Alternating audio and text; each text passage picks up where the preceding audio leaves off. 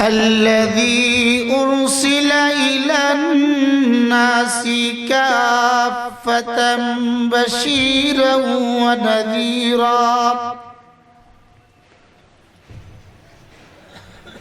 وداعيا إلى الله بإذنه وسراجا منيرا أما بعد فأعوذ بالله من الشيطان الرجيم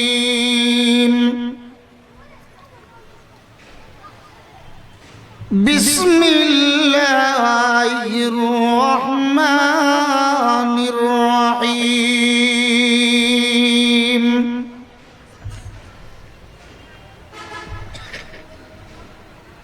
يا أيها الذين آمنوا اتقوا الله ولتنظر نفس ما قدمت لغد واتقوا الله إن الله خبير بما تعملون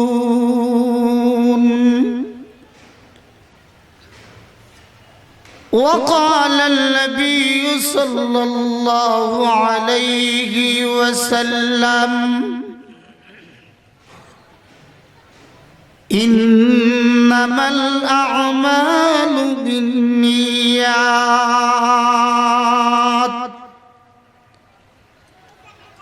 أو كما قال النبي صلى الله عليه وسلم بارك الله لنا ولكم في القرآن العظيم ونفعنا وإياكم بالآيات والذكر الحكيم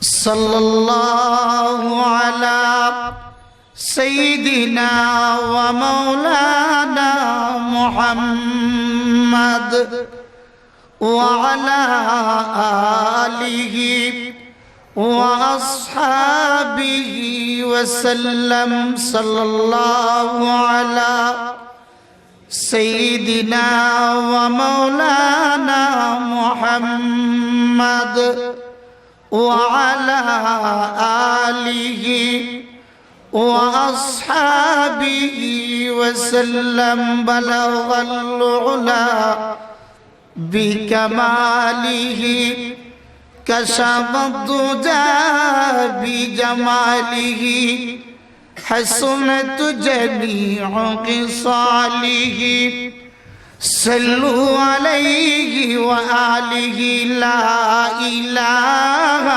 إلا الله لا إله आवाज दिए बोली ला इलाहा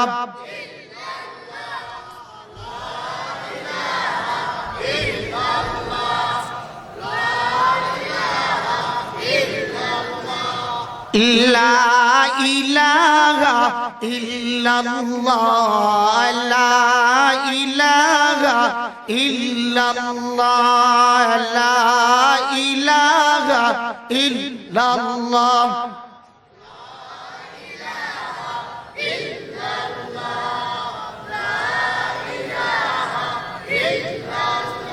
سبحان الله والحمد لله لا إله إلا الله لا إله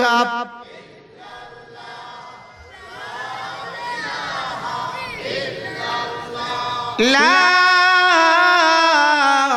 إله إلا الله মুহাম্মাদুর রাসূলুল্লাহ সকলে বলি সাল্লাল্লাহু আলাইহি ওয়াসাল্লাম।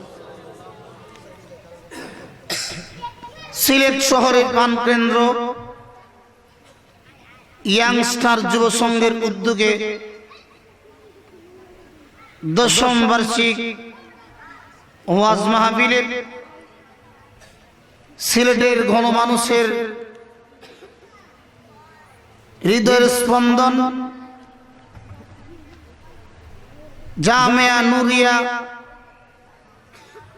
ইসলামিয়া বার্তকলা মাদ্রাসার সুনামধন্য প্রিন্সিপাল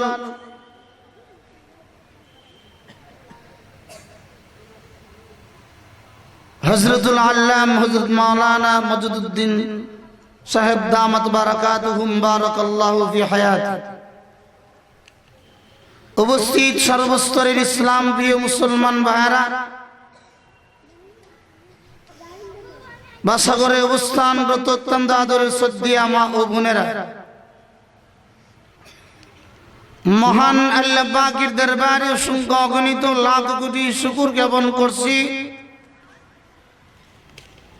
যিনি অত্যন্ত ভালোবেসে মহব্বত করে আপনাকে এবং আমাকে একজাক যুবক তরুণ ভাইদের মাধ্যমে ইয়াংস্টারের উদ্যোগে আজকের ঐতিহাসিক তাফসীরুল কোরআন মাহফিলে যে আল্লাহ পাক আপনাকে এবং আমাকে উপস্থিত হয়ে উলামায়ে কেরামদের জবান থেকে কোরআন হাদিসের আলোচনা শোনার মতো যে আল্লাহ আপনাকে এবং আমাকে তৌফিক দান করেছেন, এজন্যই মহান আল্লাহ পাকের দরবারে শুকরগুজার হচ্ছি। সকলে মিলে মহব্বতের সাথে বলিষ্ঠ আওয়াজে কালিমাতুশ শুকর আদায় করছি, আলহামদুলিল্লাহ। আমার ভাইরা, আলহামদুলিল্লাহর এই আওয়াজ বিশেষ করে সিলেট শহরের ভিতরে এত দুর্বল হবে ওইটা মানা যায় না। গ্রামগঞ্জে গেলে অনেক সময় বক্তা ওয়াজ করলে সুদা সুবহানাল্লাহ আলহামদুলিল্লাহ কোন জায়গায় বলতো সেটাই ভালো করে জানে না। কিন্তু সিলেট শহরে মুসলমান গুলা হলো সচেতন নাগরিক। সিলেটের তৌহিদি জনতার এই আওয়াজ, এই নারায়ে তাকবীরের আওয়াজ শ্রবণ করেই তো সিলেট থেকে ওই সমস্ত বাতিল পরাশক্তিগুলা সিলেট থেকে পলায়ন করতে বাধ্য হয়েছিল। কথা ঠিক কিনা? আর একটু জোরে বলেন, কথা ঠিক কিনা? ঠিক কিনা? মুসলমানদের অধঃপতনের কয়েকটা কারণ রয়েছে। মুসলমান জাতির অধঃপতনের কয়েকটা কারণ রয়েছে। এর মধ্যে একটা কারণ হলো মুসলমান জাতি তাদের অতীত ইতিহাসগুলোকে মুসলমান জাতি ভুলে গিয়েছে। কথা ঠিক কিনা? আরো একটু জোরে বলেন, কথা ঠিক কিনা? ঠিক কিনা? মুসলমান জাতি কিভাবে অতীত ইতিহাসকে ভুলে গিয়েছে? মুসলমানদের যদি সেই ইতিহাসের কথা স্মরণ থাকতো, যেই সময়ে সাহাবায়ে কেরাম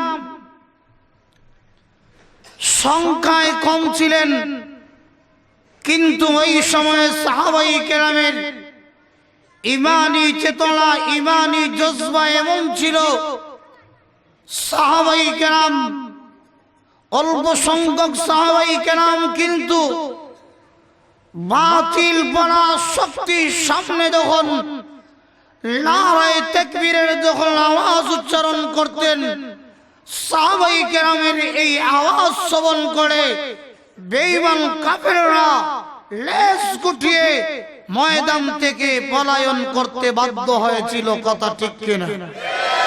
আরো একটু জোরে বলেন, কথা ঠিক কিনা? ঠিক কিনা? ঠিক কিনা? তাহলে সেই সিলেটের পূর্ণভূমির ভিতরে আমরা দেখতে পাচ্ছি যেই সময় সিলেটের পূর্ণভূমিতে কোন বাতিল পরা শক্তি আগমন করেছিল, যখনই ভাস্কর্য নির্মাণ করার জন্য যখনই ষড়যন্ত্র চালানো হচ্ছে, ঠিক সেই সময় ওই সময় সিলেটের তাওহীদি জনতা নারায়ে তাকবীরের হুঙ্কার উচ্চারণ করেছিলেন। এই হুঙ্কার উচ্চারণ করার মাধ্যমে বাতিল পরা শক্তিগুলা সিলেট থেকে পলায়ন করতে বাধ্য হয়েছিল। কথা ঠিক কিনা? আর একটু জোরে বলেন, কথা ঠিক কিনা? ঠিক কিনা? যখনই তসলিমা নাসরিন যখন বাতিল হিসাবে আগমন করেছিল, সিলেটের হাজারো উলামায়ে কেরামরা তখন রাজ ময়দানে নারায়ে তাকবীরের আওয়াজ যখন উচ্চারণ করেছিলেন, সে আওয়াজ শ্রবণ করে তসলিমা নাসরিন বাংলাদেশ থেকে পলায়ন করতে বাধ্য হয়েছিল। কথা ঠিক কিনা বেটে? তাহলে সেই সিলেটের মুসলমানদের আওয়াজ এইভাবেই যদি দুর্বল হয় চলবে না। আমার ভাইয়েরা, যদি আওয়াজের প্রয়োজন হয়, সুবহানাল্লাহ আলহামদুলিল্লাহর প্রয়োজন হয়, আমার ভাইয়েরা দিতে পারবেন তো ইনশাআল্লাহ? আসুন আপনাদের সামনে পবিত্র কোরআন শরীফে সূরাতুল হাসরের 18 নম্বর আয়াত কারিমা তিলাওয়াত করেছি। বিশ্বনবী আকায়ে নামদার তাজদার মদিনা সরকার দু আলম মুহাম্মদুর রাসূলুল্লাহ সাল্লাল্লাহু আলাইহি ওয়াসাল্লামের অসংখ্য অগণিত হাদিসে বান্দার থেকে টুকরা হাদিস পাঠ করেছি। তিলাওয়াতকৃত আয়াত এবং হাদিসকে সামনে রেখে আপনাদের সামনে কিছু আলোচনা করব। আল্লাহ পাকের দরবারে দোয়া করি, আল্লাহ পাক যেন আমাদের সকলকে এই কথাগুলো বুঝার, মানা, জীবনের মধ্যে আমল গঠন করতে পারি, সেই তৌফিক আল্লাহ পাক আপনাকে এবং আমাকে দান করেন। সকলে বলি আমিন। আর একটু জোরে বলেন আমিন। আমার ভাইরা, এই আয়াতের আলোচনার পূর্বে সংক্ষিপ্ত আকারে আপনাদের সামনে একটা ভূমিকা দিয়েই আমার নির্ধারিত আয়াতের দিকেই চলে যাব। আমরা সকলেই বর্তমান অবস্থায় দুনিয়ার জগতে আছি। কোথায় আছি? আর একটু জোরে বলে, কে কে আখিরাতের জগতে আছেন? হাঁটু দান।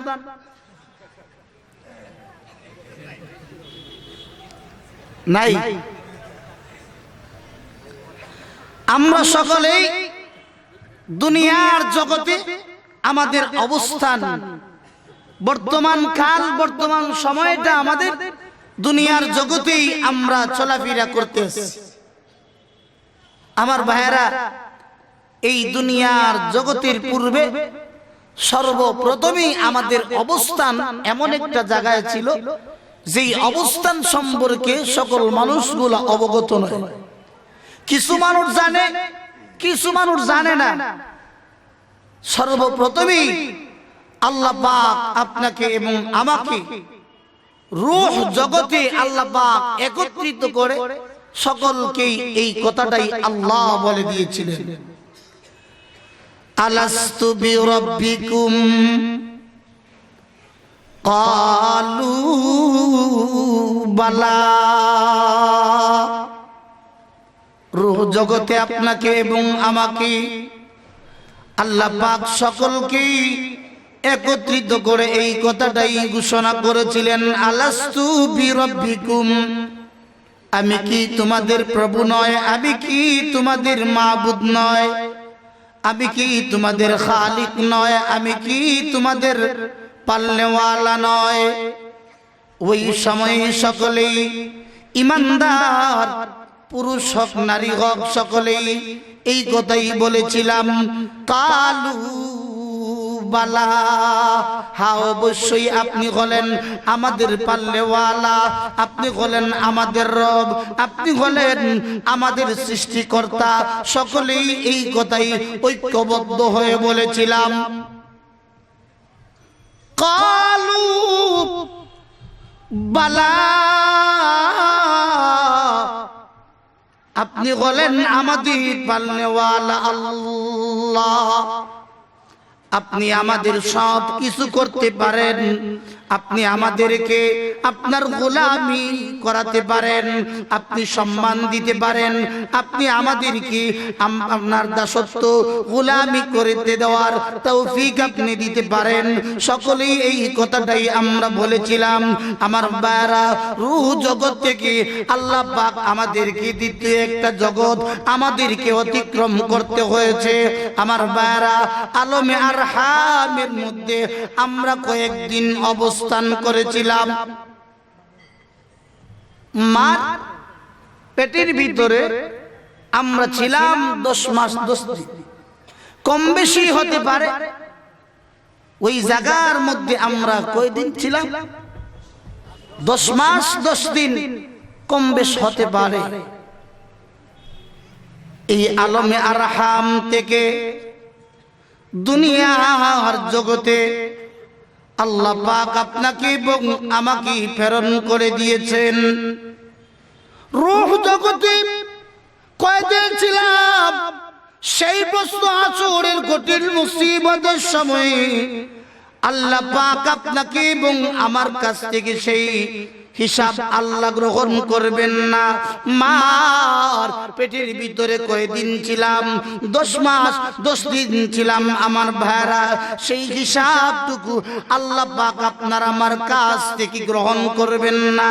আমার ভাইরা, দুনিয়ার জগতে আল্লাহ পাক আমাদেরকে যে প্রেরণ করেছেন, আমার ভাইরা, এই দুনিয়ার জগতে নির্ধারিত যে হায়াতি জিন্দেগি দিয়া আল্লাহ আপনাকে এবং আমাকে এই দুনিয়ার জগতে প্রেরণ করেছেন।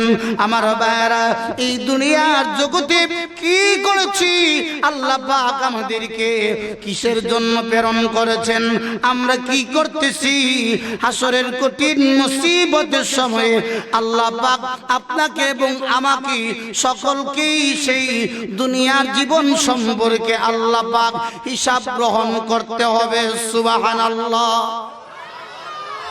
আমার ভাইরা, দুনিয়ার জগতে আল্লাহ পাক প্রেরণ করেছেন, তার গোলামি করার জন্যই আল্লাহ প্রেরণ করেছেন।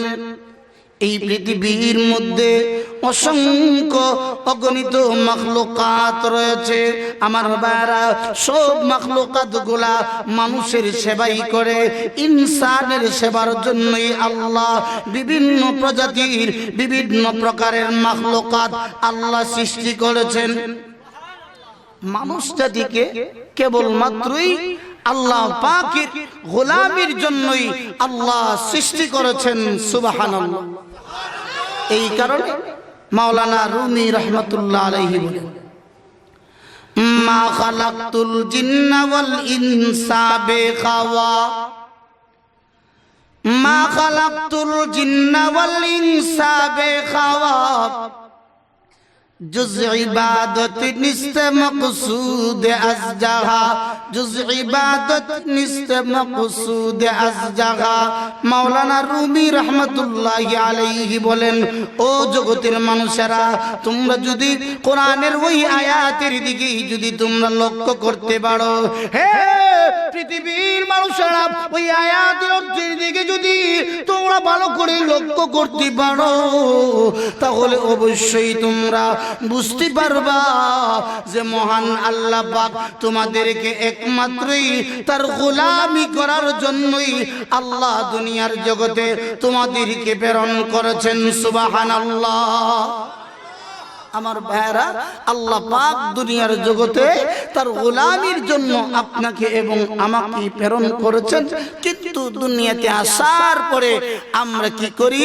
আল্লাহ পাক কি বলে আসলাম, আর দুনিয়াতে আসার পরে আমরা কি করতে আসি, একটু চিন্তা করে দেখি। দুনিয়ার জগতে কয়েক বছরের হায়াতি জিন্দেগি দিয়া আল্লাহ আপনাকে এবং আমাকে প্রেরণ করেছেন। কেউ 1 বছর, কেউ 2 বছর, কেউ এইভাবে 60 বছর, 70 বছর, 100 বছর, এইভাবে হায়াতি জিন্দেগি দিয়াই আল্লাহ পাক আপনাকে এবং আমাকে প্রেরণ করেছেন। আমার ভাইরা, ওই হায়াতি জিন্দেগিতে আমরা কি করলাম?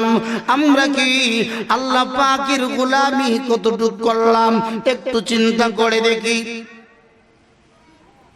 দুনিয়ার জগৎ থেকে কবরের জগতে আপনাকে এবং আমাকে সকলকে যেতে হবে। আমার ভাইরা, ওই কবরের জগৎ থেকে আপনাকে এবং আমাকে হাসরের কঠিন মুসিবতের সময়ে মহান আল্লাহ পাকের দরবারে আপনাকে এবং আমাকে উপস্থিত হতে হবে। আমার ভাইরা, দুনিয়ার জগতে আমরা কি করেছি? দুনিয়ার জগতে কি করলাম? দুনিয়ার জগতে কেমন ভালো কাজ করলাম? দুনিয়ার জগতে কেমন খারাপ কাজ করলাম? সেই জন্যই আল্লাহ পাক পরকালের জগতে আল্লাহ পাকের কাছে আপনাকে এবং আমাকে সকলকেই আল্লাহর দরবারে জবাবদিহি করতে হবে। কথা ঠিক কি না? আমার ভাইরা, আল্লাহর দরবারে জবাবদিহি করতে হবে। জবান দিয়ে বলি, কিন্তু বাস্তবে আমাদের কাজকর্ম দ্বারা তা বোঝা যায় না যে আমরা আসলেই যে আল্লাহর গোলাম। কথা ঠিক কি না? আমার ভাইরা, এই দুনিয়াটা হলো মুসাফিরখানা। যেইভাবে একজন ব্যক্তি 5 লক্ষ টাকা ব্যয় করে আল্লাহর গোলাম কাতারে 5 বছরের জন্য চলে গেছে। 5 লক্ষ টাকা ব্যয় করে আল্লাহর ওই বান্দা কাতারে গিয়ে উপস্থিত হয়েছে। তার আসল উদ্দেশ্য হলো যে কিছু টাকা ইনকাম করে বাড়িতে আসার পরে গাড়ি বাড়ি করবে, অনেক কিছু করবে। আল্লাহর ওই বান্দা যখনই তার গন্তব্যস্থান কাতারে পৌঁছে গিয়েছে, যাওয়ার পরে এত সুন্দর নিয়ামত গুলা আল্লাহর ওই গোলাম দেখার উপরে দুনিয়ার জীবনের তার সেই বাংলাদেশের সেই কুড়ের গোড়ের খবর গুলা আল্লাহর ওই বান্দা ভুলে গিয়েছে। কাতারের অট্টালিকা বিল্ডিং গুলো, এত রাজপ্রাসাদ গুলা দেখার পরে দেশের খবর ভুলে গিয়েছে। এই অবস্থায় 5 বছরের বিচার মেয়াদ ছিল। হঠাৎ করে এই আনন্দ উল্লাসের মধ্যখান থেকে 5 বছর চলে গিয়েছে। হঠাৎ করে তার পাসপোর্টের দিকে লক্ষ্য করে তাকায়া দেখে আর মাত্র 5 দিন সময় বাকি আছে। 5 দিনের ভিতরেই যা সম্ভব অর্জন করে আবারও দেশের মধ্যে চলে যাইতে হবে। আল্লাহর ওই বান্দা চিন্তা করলো, আল্লাহর ওই বান্দা চিন্তা করলো, দেশ থেকে কি জন্য এসেছি? অবশ্যই অর্থ কড়ি সংগ্রহ করার জন্যই উপস্থিত হয়েছে। কিন্তু ওই সমস্ত নাজ নেয়ামত গুলা দেখতে গিয়ে তার আসল লক্ষ্য উদ্দেশ্য গুলা ভুলে গিয়েছে। আল্লাহর ওই গোলাম যখনই সময়ে গনিয়ার কি কর্তব্য বিমূঢ় হয়ে গিয়েছে, কি করা যায়? সময় তো শেষ হয়ে গিয়েছে। ঋণটা পর্যন্ত মারতে পারলাম না। গাড়ি তো করব দূরের কথা, বাড়ি তো করব দূরের কথা, সবগুলাই তো রয়ে গিয়েছে। এই অবস্থায় আল্লাহর বান্দা এমন অবস্থায়, কঠিন অবস্থার মধ্য দিয়ে চিন্তায় আর পেরেশানি ভুগতে আছে। চিন্তা করে কি করবি এই অবস্থায় শেষ পর্যন্ত নিরুপায় হইয়া খালি হাতে দেশের মাটিতে আগমন করেছে। আমার ভাইরা, আত্মীয় স্বজন, পাড়া প্রতিবেশী, মা ভাই বোনেরা সকলেই কিছু টাকা সংগ্রহ করে দিয়েছিল। ভেবেছিল বিদেশের জমিনে গেলে হয়তো সেই ঋণটা পরিশোধ করবে, কিছু টাকা পয়সা সংগ্রহ করে আমাদের কাছে প্রত্যাবর্তন করবে।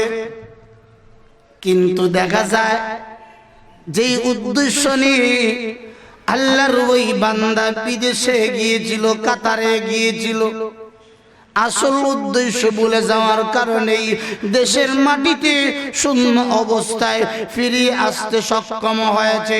ঠিক তেমনি ভাবে আল্লাহ পাকের প্রিয় বান্দা যারা হবে না, যারা দুনিয়া নামক ওই জায়গার মধ্যে এসে দুনিয়ার জীবনে যারা আগমন করে, দুনিয়ার ওই সমস্ত জাঁকজমকগুলা, দুনিয়ার ওই সমস্ত অট্টালিকা, দুনিয়ার ওই সমস্ত বিল্ডিং বালাখানার দিকে তাকাইয়া যারা তাদের পরকালকে যারা বলে যাবে যে আমি পরকালের জগতে আমার আল্লাহর সামনে আমাকে উপস্থিত হতে হবে, এই ভয় যদি তাদের অন্তরের ভিতরে না থাকে তাহলে অবশ্যই ওই লোকটা পরকালের জগতে সফলতা অর্জন করতে পারবে না। কথা ঠিক কিনা? আরো একটু জোরে বলেন। আমার ভাইরা, এই জন্যে আল্লাহর ওই গোলাম বান্দাগুলা যখন আল্লাহর প্রিয় বান্দা যারা হয়ে যায়, ওই বান্দাগুলা দুনিয়ার জগতে আগমন করার পরে তারাই চিন্তা করে দুনিয়ার জগৎ হলো আমার জন্য কষ্টই জীবন, দুনিয়া থেকে আমাকে বিদায় গ্রহণ করতে হবে। এই জন্য মুসাফির অবস্থায় দুনিয়ার জগতে আমি আসতে হয়েছে।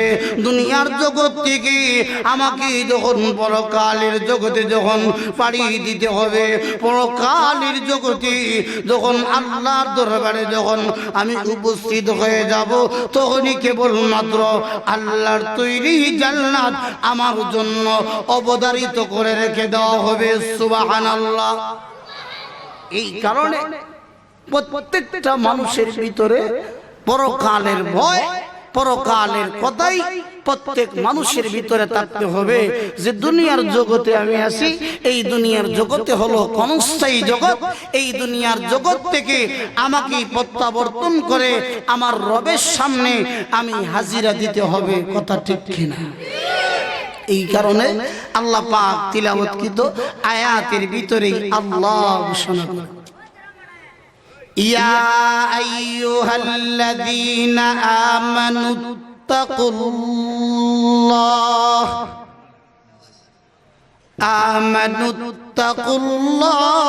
ওয়াল তানজুর নাফসুম মা কদ্দামাত লিগাদ ওয়াত্তাকুল্লাহ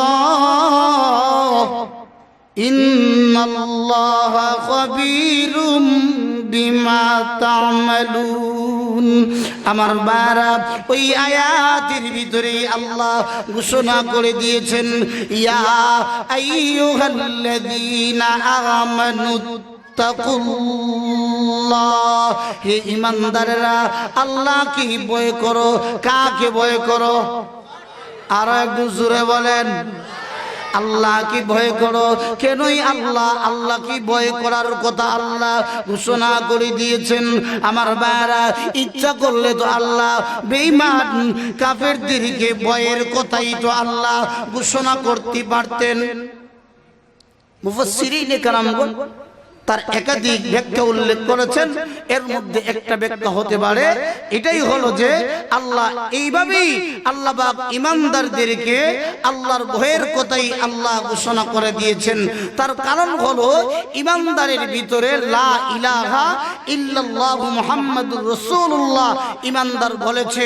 এই কারণে তার অন্তরের ভিতরে লা ইলাহা ইল্লাল্লাহ বিদ্যমান, তার অন্তরের ভিতরে আল্লাহ এবং তার রাসূলের মহব্বত রয়েছে। ঈমানদারের ভিতরে কেবলমাত্র আল্লাহর ভয় রয়েছে। কথা ঠিক কিনা? বেঈমান কাফেরগুলোর ভিতরে আল্লাহর ভয় তাদের ভিতরে পাওয়া যায়। ইমানদার আল্লাহকে ভয় করে, পরকালের কথাকে ভয় করে। পরকালের জগতে জান্নাত দেওয়া হবে, জাহান্নাম দেওয়া হবে, জান্নাতের সুখ শান্তি, জাহান্নামের কঠিন থেকে কঠিন শাস্তি ভোগ করতে হবে। এই কথাগুলাই কেবলমাত্র ইমানদার বিশ্বাস করে, বেঈমান কাফেররা তা বিশ্বাস করে না। কথা ঠিক কিনা? এই কারণে আল্লাহ পাক ওই আয়াতের ভিতরে ইমানদারদেরকে আল্লাহর ভয় করার কথাই আল্লাহ পাক ওই আয়াতের ভিতরেই আল্লাহ ঘোষণা করে দিয়েছেন।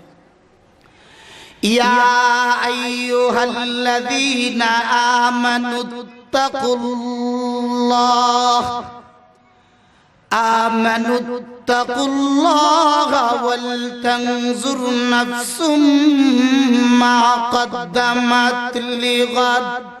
আমার ভাইরা, ওই আয়াতের ভিতরে আল্লাহর বইয়ের কথা উল্লেখ করে দিয়েছেন।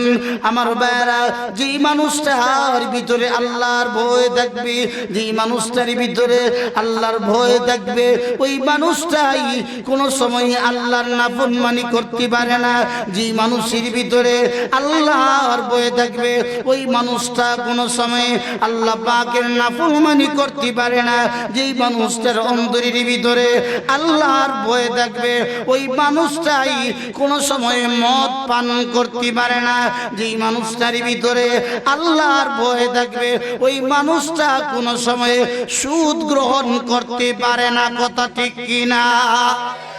আমার ভাইরা, সমাজের ভিতরে আল্লাহর ভয় না থাকার কারণে সমাজে আজকে রাহাজানি, সমাজের ভিতরে চিন্তাই, সমাজের ভিতরে নির্যাতন, জুলুম, অত্যাচার, সমাজের ভিতরে আল্লাহ পাকের ভয় মানব জাতির ভিতরে না থাকার কারণে আজকে সমাজ ব্যবস্থা এত অধঃপতন হচ্ছে। কথা ঠিক কিনা? আজকে বাংলাদেশের ভিতরে,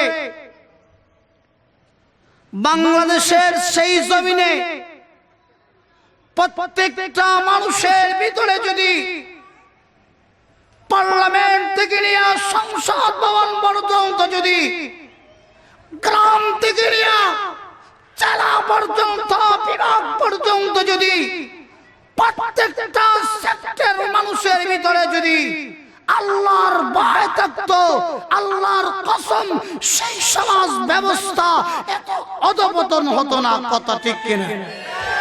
আরো একটু জোরে বলেন, কথা ঠিক কিনা? ঠিক কিনা? সমাজে যেই জায়গায় যাবে সেই জায়গাতেই সুদ এবং ঘুষের বাজার চলে। কথা ঠিক?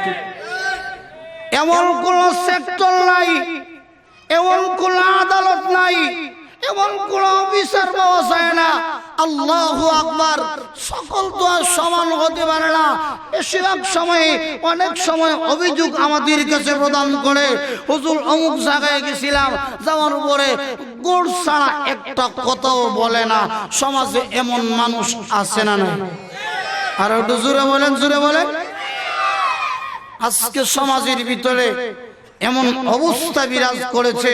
আমার ভাইরা, আমাদের ভিতরে যদি আল্লাহর ভয়, যদি মানব মণ্ডলীর ভিতরে, ইমানদারের ভিতরে যদি আল্লাহর ভয় থাকতো, তাহলে ওই লোকটা আল্লাহর নাফরমানি করতো না, ওই লোকটা নামাজ ছাড়তে পারতো না, ওই লোকটা রাহাজানি করতে পারে না, ওই লোকটা চিন্তাই করতে পারে না, ওই লোকটা রাস্তাঘাট থেকে মা বোনদের ইজ্জত নষ্ট করতে পারে না। কথা ঠিক কিনা? এই কারণেই আমার ভাইরা, আল্লাহ পাক তিলাওয়াতকৃত আয়াতের ভিতরেই আল্লাহ ঘোষণা করে, ইয়া আইয়ুহাল্লাযীনা আমানুত্তাকুল্লাহ আমানুত্তাকুল্লাহা ওয়াল তানজুর নাফসুম মা কদ্দামাত লিগাদ। আমার বারা ওই আয়াতের ভিতরে আল্লাহর ভয়ের কথার বলার সাথে সাথে ওই আয়াতের দ্বিতীয় অংশের ভিতরে আল্লাহু আকবার, আল্লাহ পাক ঘোষণা করে দিয়েছেন যে আগামীকালকের জন্য তোমরা কি সংগ্রহ করেছো, কি আমল গ্রহণ করতেছো। এই বান্দারা, তোমাদের জন্য পরকালের জগতে আমি আল্লাহর দরবারে তোমাদেরকে উপস্থিত হতে হবে। দুনিয়ার জগতে যে আমল করতেছো ওই আমলটা সবল না, দুর্বল আমল। ওই দুনিয়ার আমল নিয়ে তোমরা কি পরকালের জগতে আল্লাহর দরবারে কি তোমরা জবাবদিহি করতে পারবা? দুনিয়ার ওই আমলটা কি আল্লাহর দরবারে কবুল হলো কিনা তা চিন্তা করে তোমরা দেখছো। দুনিয়ার জগতে সকলেই আমল করে, কিন্তু ওই আমল কবরের জগতে সচল হবে না অচল হবে, আমার ভাইয়েরা আমরা কেউ চিন্তা ফিকির করি না। যেইভাবে বাংলাদেশের টাকা যদি লন্ডনে গিয়া যদি আপনি বাংলাদেশের 1000 টাকার নোট নিয়ে যদি লন্ডনে চলে যান, লন্ডনে যাওয়ার পরে যদি ওই জায়গায় চা এবং কফিগুলা ভালো করে খান, খাওয়ার পরেই যদি এ বাংলাদেশি নোটটা 1000 টাকার নোট দিয়ে দেন, যে বলেন ভাই নেন, এই ওই বাঙালি নোটটা যদি লন্ডনের দোকানের মধ্যে দিয়ে দেন আমার ভাইরা, তাহলে বাংলাদেশের টাকাটা চলবে না। ঠিক তেমনি ভাবে ওই সমস্ত যদি লন্ডনের টাকাটা যদি বাংলাদেশের জমিনে যদি দিয়ে দেন দোকানদারের কাছে, বলেন ভাই আপনার দোকানে চা খাইছি, কফি খাইছি, এই নেন আপনি রিয়াল অথবা এই দেন পাউন্ড। ওই সমস্ত পাউন্ড এবং রিয়াল দিলে বাংলাদেশের দোকানদার আপনাকে ছাড়বে না, বলবে আমি যেগুলা চাই ওগুলা আমার টাকাটা দিয়ে দাও। কথা ঠিক কিনা?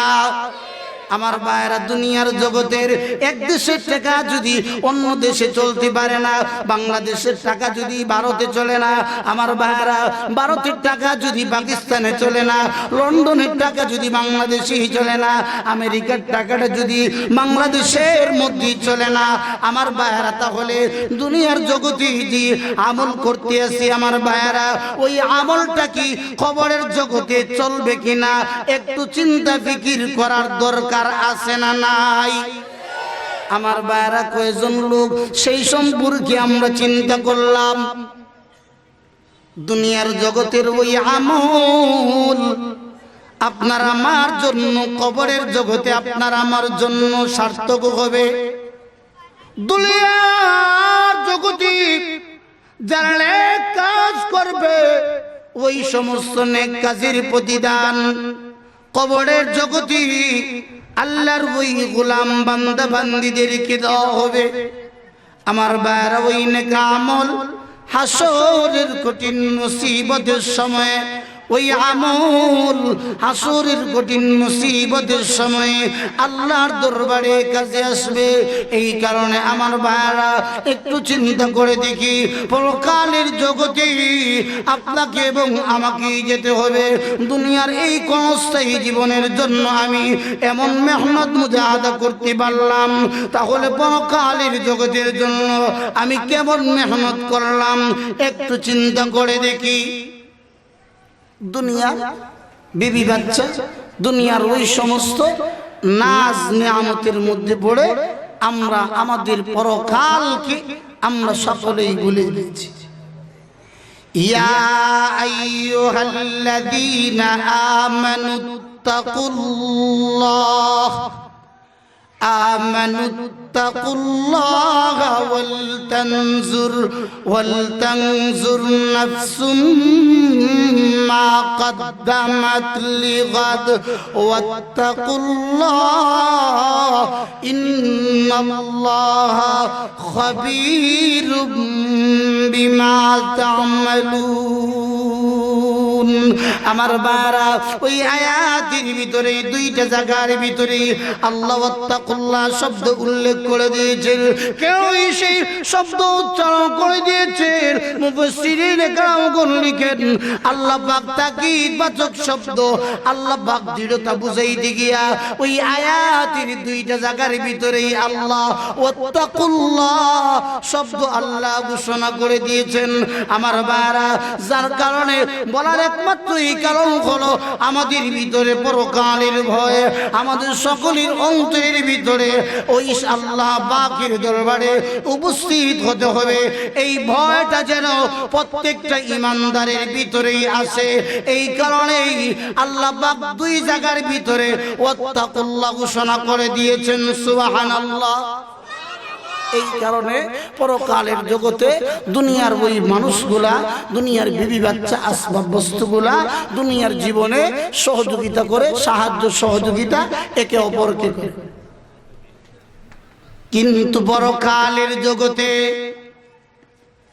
কেউ তখনই কাউকে সাহায্য সহযোগিতা করবে না।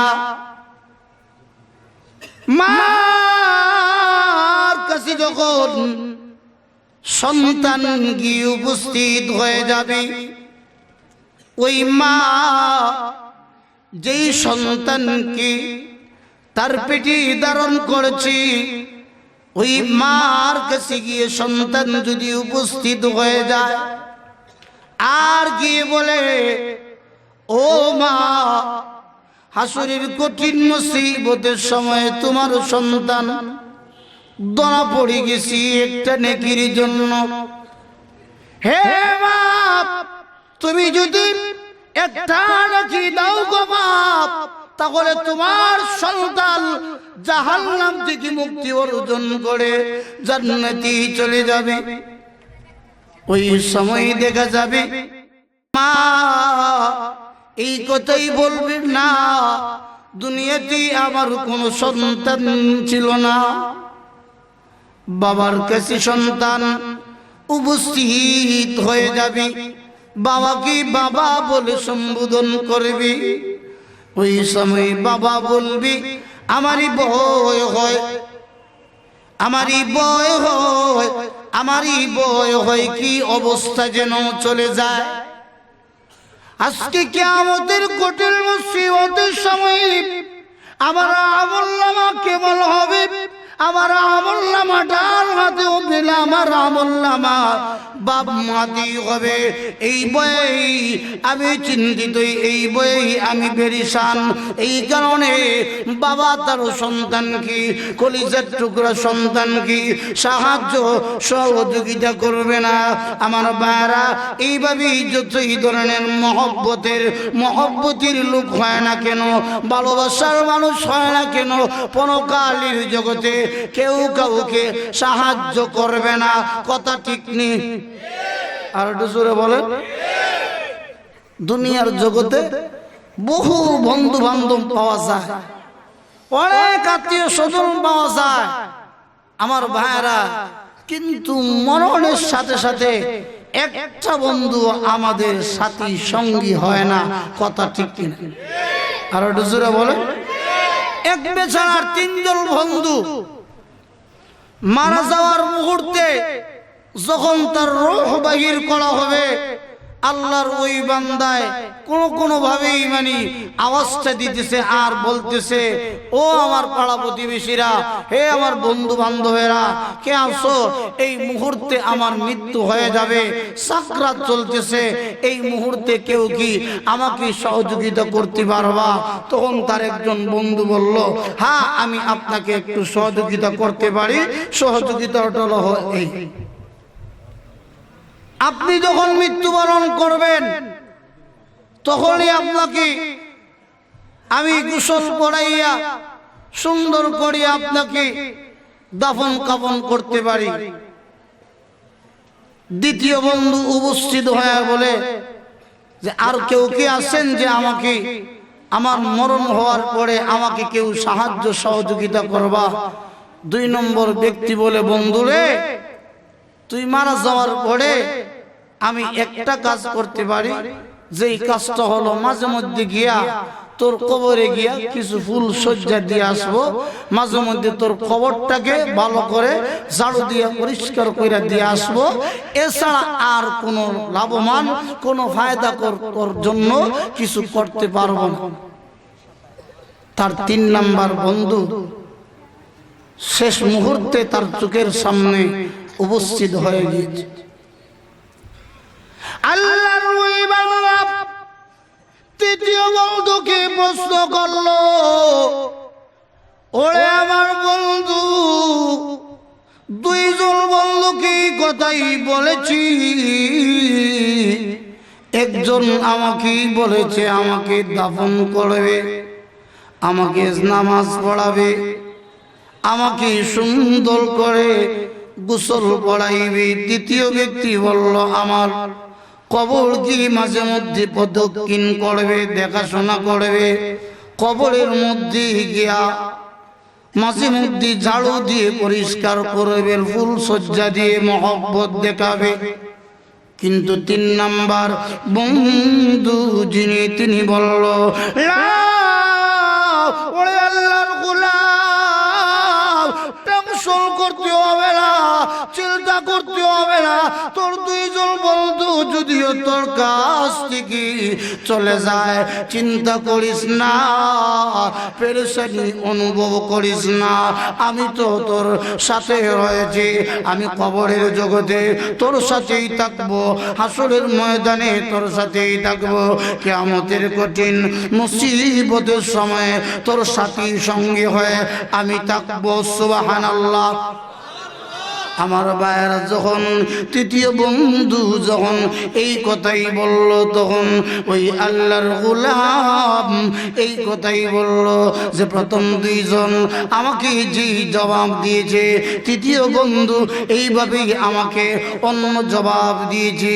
দুনিয়ার জগতের কোনো সাহায্য সহযোগিতা চাইলা আমাকে গোসল পড়াইবে, আমার কবরে গিয়া ফুল সজ্জা প্রদান করবে, ওইগুলার দ্বারা আমার কোনো উপকার হতে পারে না।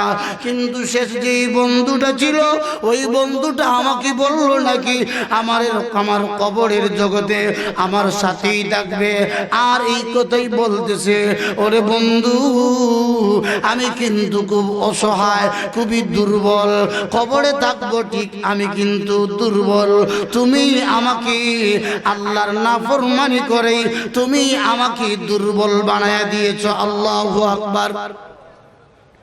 কবরের জগতে ওই বন্ধু বলবি আর কেউ লাভ, তোর বিবি বাচ্চা নয়, সন্তানাদি গুলাদ নয়, ওইটাই হলো আসল ঠিকানা। কবরের জগতে যারাই তোমার সাথী সঙ্গী হয়ে থাকবি, তারা দুনিয়ার আর কেউ নয়। দুনিয়াতে থাকতে ভালো আমল করেছিলা, নেক আমল করার কারণে আজকে কবরের জগতে তোমার সাথী হতে পেরেছি। তুমি ভালো আমল করেছিলা, এই কারণেই হাসরের ময়দানে তোমার সাথী সঙ্গী হব।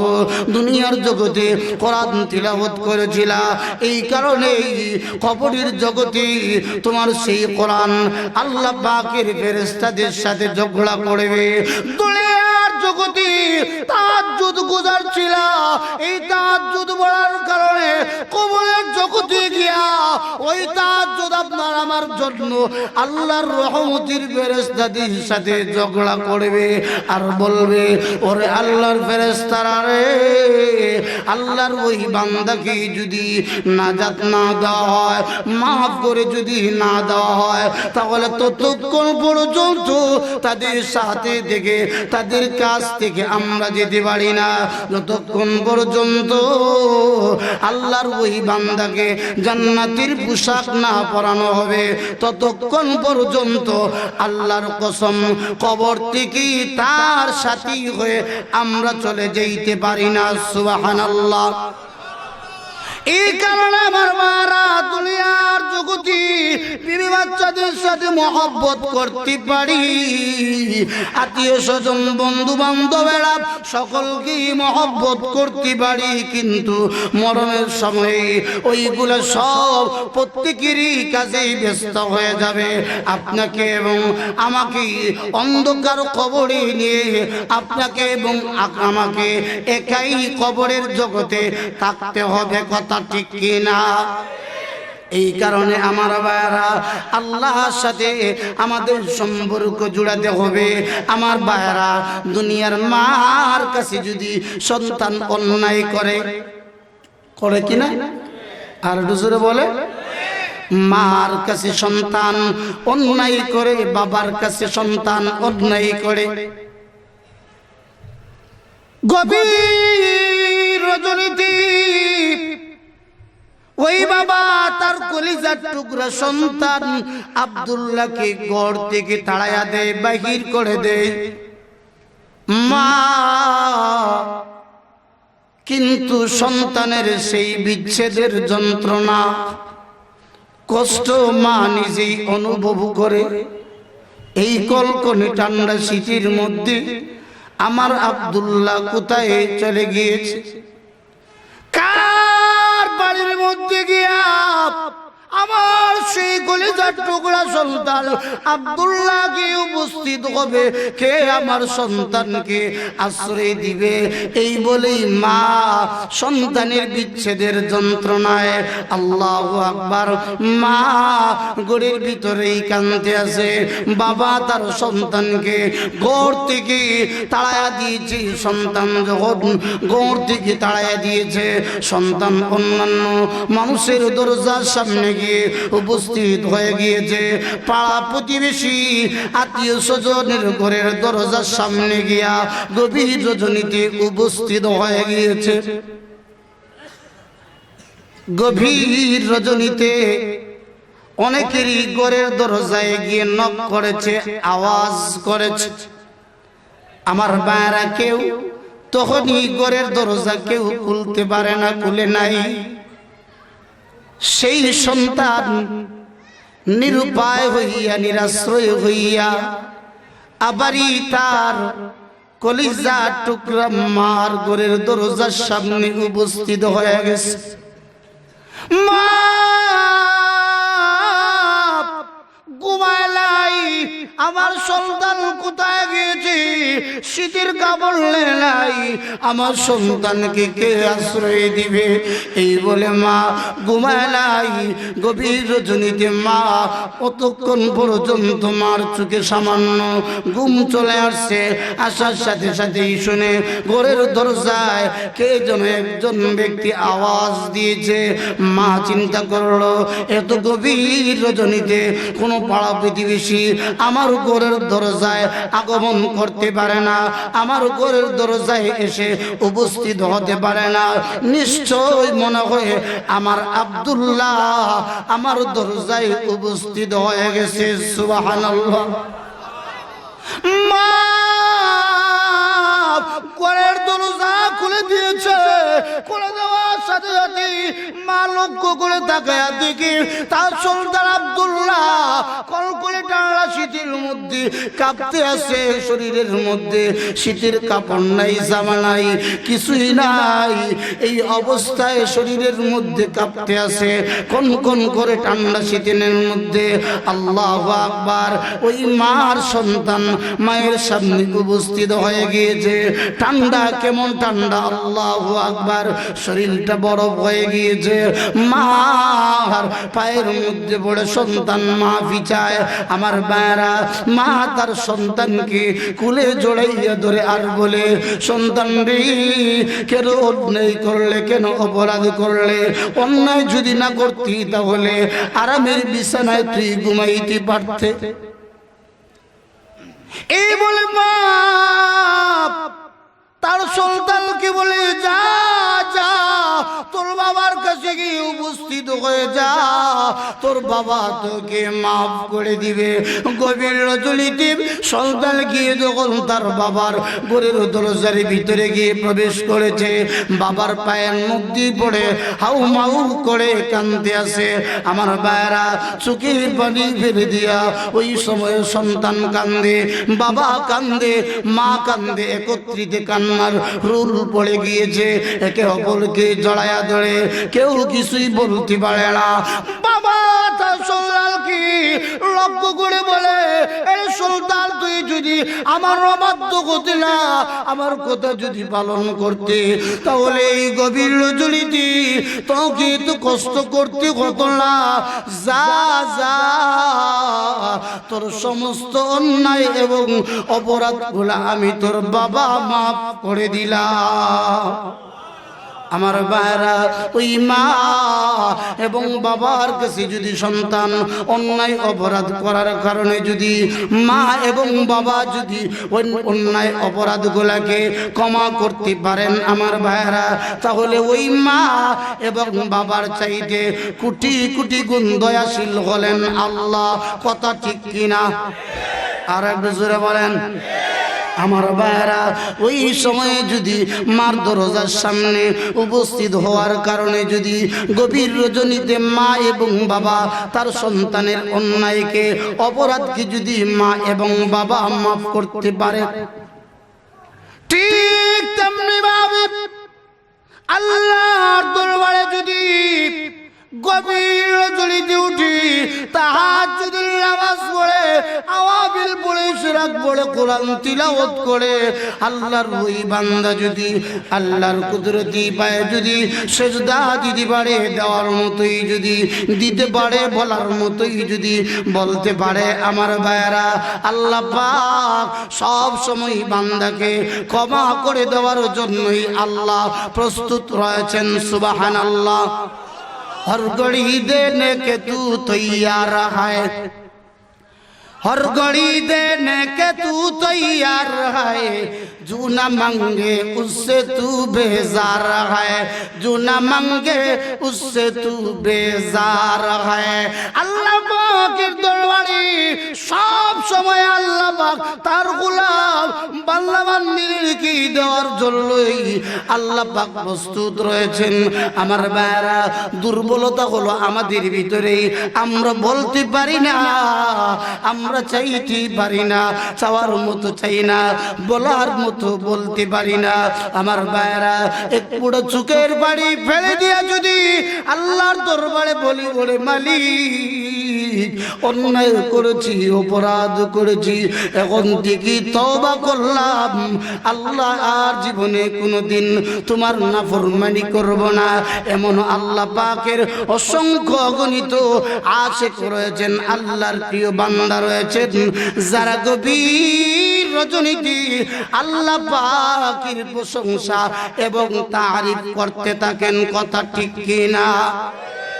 আল্লাহর প্রিয় বান্দা যারা, আল্লাহ ওয়ালা যারা, আল্লাহকে মহব্বত করে ঈমান এবং আমল নিয়ে যারা কবরে যেতে চায়, আল্লাহ ওয়ালার ভিতরে সব সময় আল্লাহ এবং তার রাসূলের মহব্বত রয়েছে। কথা ঠিক কিনা বেটি? আল্লাহর প্রিয় বান্দা যারা, এদের ভিতরে সব সময় আল্লাহর মহব্বত বিদ্যমান। আল্লাহর প্রিয় বান্দাদের অবস্থা হলো দুনিয়ার ওই সমস্ত জাগ জবক, দুনিয়ার ওই সমস্ত আলো বাতাস, দুনিয়ার ওই সমস্ত লাজ নিয়ামতের দিকে আল্লাহ ওয়ালারা তাকায় না। আল্লাহ ওয়ালার একমাত্রই লক্ষ্য উদ্দেশ্য হলো, টার্গেট হলো দুনিয়ার জীবনে যদিও কিছু কষ্ট করে যদি পরকালের যদি জগতে কিছু সম্বল সংগ্রহ করতে পারি, এটাই হলো আমার জীবনের সবচাইতে উঁচু মাপের সম্বল। কথা ঠিক কিনা? আল্লাহ ওয়ালারা কষ্ট করে, ইমানদারেরা কষ্ট করে, তার কারণ হলো বাংলাদেশের ভিতরে ঈমান নিয়ে থাকতে হলে কিছু না কিছু কষ্ট অনুভব করতে হয়। কথা ঠিক কিনা? আর একটু জোরে বলেন, কথা ঠিক কিনা? ঠিক কিনা?